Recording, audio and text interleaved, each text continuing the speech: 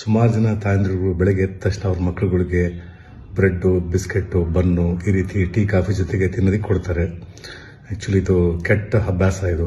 So ಇದನ್ನು practice ಮಾಡಿದ್ರೆ ಏನಾಗುತ್ತೆ ಅಂತ ಅಂದರೆ ಮಕ್ಕಳಲ್ಲಿ ಮುಂದೆ BP, ಶುಗರು ಅಥವಾ ಏನಾದರೂ ಚೈಲ್ಡ್ಹುಡ್ ಒಬೆಸಿಟಿ ಬರೋ ಚಾನ್ಸಸ್ ಇರುತ್ತೆ.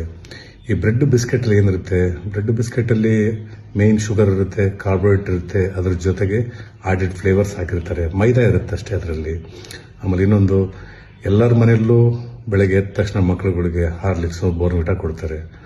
ಇದು ಮೋಸ್ಟ್ ಡೇಂಜರಸ್ ಆ್ಯಕ್ಚುಲಿ. ಹಾರ್ಲಿಕ್ಸು, ಬೋರ್ನ್ವಿಟಲ್ಲಿ ಏನಿರುತ್ತಪ್ಪ ಅಂತ ಅಂದರೆ 75% ಅಂದರೆ 100 ಗ್ರಾಮು ಆಫ್ ಹಾರ್ಲಿಕ್ಸಲ್ಲಿ ಒಂದು 75% ಕಾರ್ಬೋಹೈಡ್ರೇಟ್ ಇರುತ್ತೆ, ಒಂದು 50% ಆಡೆಡ್ ಶುಗರ್ ಇರುತ್ತೆ. ಸೊ ಮಕ್ಕಳುಗಳಿಗೆ ಬೆಳವಣಿಗೆ ಮೇನ್ ಕುಂಠಿತ ಆಗುತ್ತೆ. ಸೊ ಈ ಬ್ರೆಡ್ಡು, ಬಿಸ್ಕೆಟ್ಟು, ಬನ್ನು, ಹಾರ್ಲಿಕ್ಸು ಬೆಳಗ್ಗೆ ನೀವು ತೊಗೊಂಡಾಗ ಏನಾಗುತ್ತೆ ಅಂತ ಅಂದರೆ ನಿಮ್ಮ ಗಟ್ ಹೆಲ್ತ್ ಹಾಳಾಗುತ್ತೆ. ಸೊ ಗಟ್ ಹೆಲ್ತ್ ಹಾಳಾದಾಗ ಏನಾಗುತ್ತೆ ಅಂದರೆ ಬ್ಯಾಡ್ ಬ್ಯಾಕ್ಟೀರಿಯಾ ಡೆವಲಪ್ ಆಗುತ್ತೆ ನಿಮ್ಮ ಹೊಟ್ಟೆಯಲ್ಲಿ. ಸೊ ಬ್ಯಾಡ್ ಬ್ಯಾಕ್ಟೀರಿಯಾ ಡೆವಲಪ್ ಆದರೆ ಮಕ್ಕಳಲ್ಲಿ ಬೆಳವಣಿಗೆ ಒಂದೇ ಅಲ್ಲ, ಅವ್ರ ಬುದ್ಧಿನೂ ಕುಂಚಿತ ಆಗುತ್ತೆ. ಸೊ ನಿಮಗೆ ಸರ್ಪ್ರೈಸ್ ಅನಿಸ್ಬೋದು, ಈ ಬ್ರೈನ್ಗೂ ಹೊಟ್ಟೆಗೂ ಏನು ಸಂಬಂಧ ಅಂತ. There is an axis actually. ಆ ಆಕ್ಸಿಸಲ್ಲಿ ಏನಾಗುತ್ತೆ ಅಂತಂದರೆ ಬ್ಯಾಡ್ ಬ್ಯಾಕ್ಟೀರಿಯಾ ಏನು ಡೆವಲಪ್ ಆಗ್ತಾವೆ ಹೊಟ್ಟೆಯಲ್ಲಿ ನಿಮ್ಮ ಬ್ರೈನ್ ಫಂಕ್ಷನ್ನ ಆಲ್ಟರ್ ಮಾಡ್ತವೆ.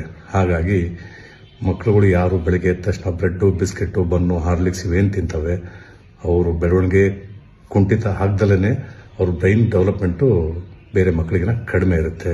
ಸೊ ಹಾಗಾದರೆ ಮಕ್ಕಳಿಗೆ ನಾವು ಏನು ಕೊಡ್ಬೋದು?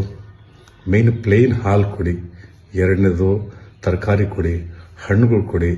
ಇವನ್ ಬಿಟ್ಟು ದಯವಿಟ್ಟು ಮಕ್ಕಳಿಗೆ ಬೆಳಗ್ಗೆ ಎದ್ದ ತಕ್ಷಣ ಏನು ಪ್ರಾಕ್ಟೀಸ್ ಮಾಡಿಸೋದಕ್ಕೆ ಹೋಗಬೇಡಿ. ಒಳ್ಳೆಯದಾಗಲಿ ನಿಮಗೆಲ್ಲರಿಗೂ.